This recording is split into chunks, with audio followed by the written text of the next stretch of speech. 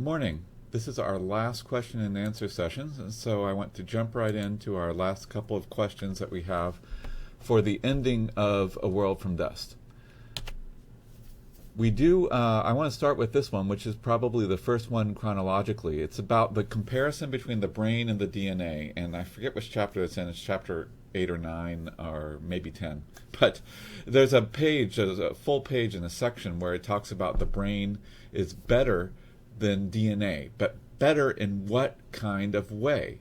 The point made by the questioner here is that the type of information is different with the brain and the DNA, and so there are some points where this comparison falls down. That's very, very true. But the one thing that I'm saying here is that I'm pulling back and I'm saying that the information that we're talking about is information for persistence of the organism. Maybe persistence of the group of organisms even, not even the individual organism. It's kind of over time, how does the information persist? The fact that it's very different kinds of information doesn't matter to this because the information is structured against the forces of entropy that are trying to pull it apart in a sense. And the information is surviving despite that onslaught of entropy, okay? When you look at it this way, and this is a really PChem way of looking at it, it's looking at it from thermodynamics, it's looking at it from the big picture, because it's talking about the individual organism is part of this, but it's not the whole part. The question is the structured information surviving longer and thriving and multiplying would be another way. It's something similar to Darwinian way of looking at things, but I would argue that in some ways that it's also fundamentally different. But I do think that when you're talking about their different kinds of information, I'll say, but they're both about persisting through time and for the organism to carry on its own information. So if this information is at the level of genes, it does allow certain adaptabilities. Bacteria can do some chemistry that we can't. Bacteria can go some places that we can't. They can survive on asteroids maybe and things like that. But the thing that we can do that they can't is that we can actually modify our own environment to be able to better persist. And so when you look at it on this level, there are people who argue that bacteria are even more important evolutionarily speaking than humans because they have a greater mass than we do. It's not just the quantity of genes or the quantity of information. It's the persistence and the ability to persist through disruptions. When you have the brain is able to respond to disruptions, to plan, and to persist through those disruptions in a way that's better than DNA. Now, DNA is able to persist as well, but it requires the death of the individual organism, which means the organism is slow and is always dependent on making a lot more of it, and it can only stay very small. Because the brain allows this sort of foresight and this ability to persist, and I want to get this persistence idea through. So at an ecosystem level, on a long time scale, the brain is better at adapting to a changing environment. And the changing environment is the other thing that's important here. But it's a big question. I understand that it's great that you're pushing back on it because I want to push back on it myself. But I push back on it myself and I've come full circle to this conclusion. If you want to think more about it, it's one of those debates that I want you to enter into.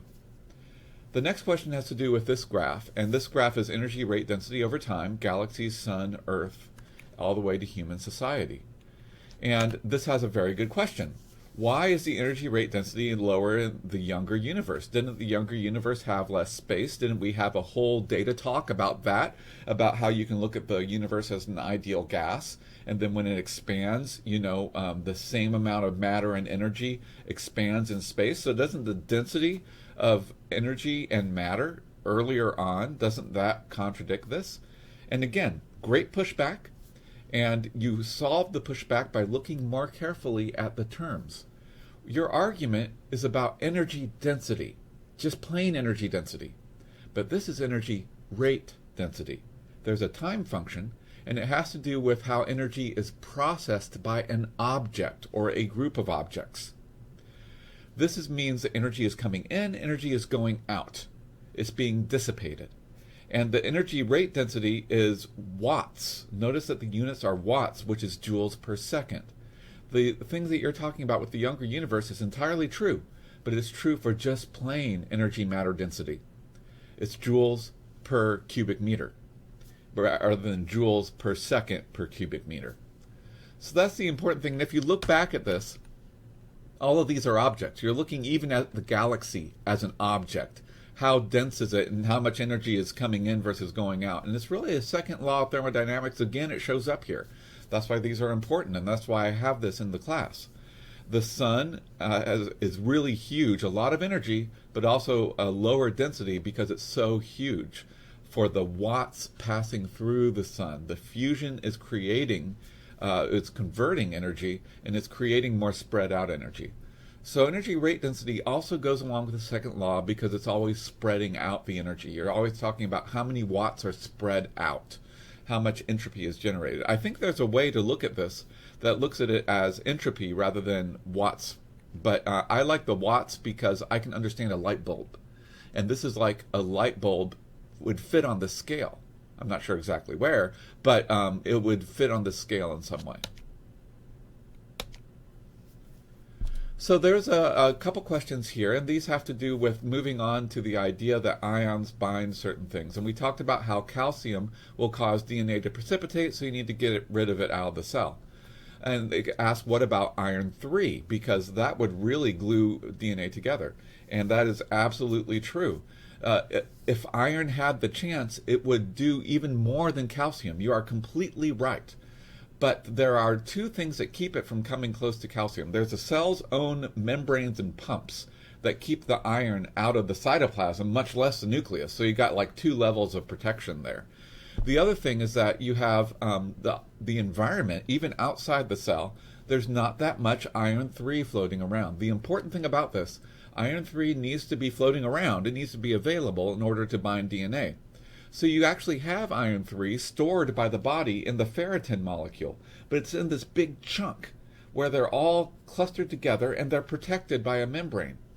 That can't ever get adjacent to the DNA to be able to do what you're talking about here. So yes, this can happen, but life prevents it from happening, and the environment prevents it from happening because the oxygen makes all the iron 3 precipitate out, or at least most of it.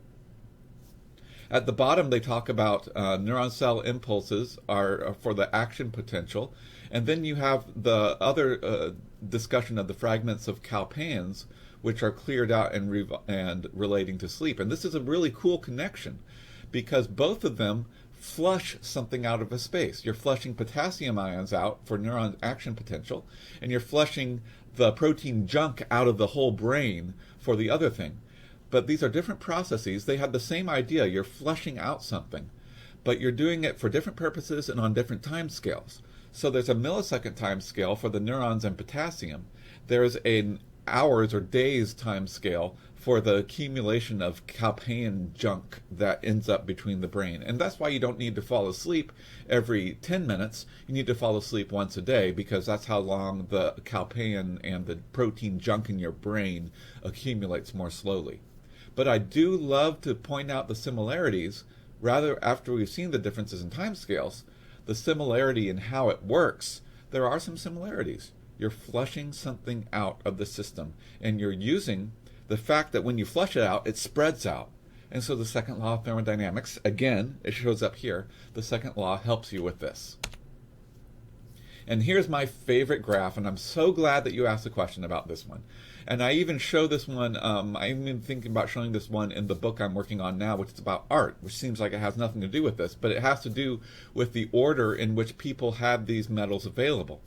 And the point to all this is that up and down, you have the ancient metals on the bottom, if you arrange them by redox potential, ancient metals on bottom, modern metals on top. The one exception to this, and always look for the exception is iron. You see how iron is different, and I think I talk about that a little bit, but I'm going to have that on the next slide as well. Why does redox potential matter for making the metal? And there's actually a very good reason for this. The metal is present. Metals always lose electrons. It's the rule of the periodic table that metals become positive ions, right? So metals are positively charged, or they're involved in a bond, but the electrons are pulled away from them. So same diff, basically. To turn a metal into a purified, just that metal substance, you therefore have to change it from being positively charged to being neutrally charged, which means you have to add electrons in some way. You have to bring that positive charge down. That is why redox potential matters, because redox potential is how hard or easy is it to move electrons onto that atom. The atoms that are easier to move electrons onto are the ones that we were able to purify first. The only exception is iron, which is higher up on the list than it should be, right? But iron is so abundant that its sheer abundance allows it to be pulled out of sequence in a sense. You have a lot of iron-rich ores, and iron is full. There's lots of rocks full of iron. So even though iron is harder to get out, there's more of it. And so you can only get out 10% maybe. But that works, and you still have iron, and you have the Iron Age. So notice that the abundance affects this as well. But for all the other ones, it's actually a surprisingly useful trend, because it comes down to electrons. To make a metal from an ion, the metal needs electrons. And how hard is it to push electrons on? That's the same thing you measure with a voltmeter when you have the things that we talked about in Chapter 5 of the class with the electrochemistry. And that is all the questions that you had. I went through those kind of fast, but I want to make sure I don't waste your time. So thanks for listening, and I will see you in class soon.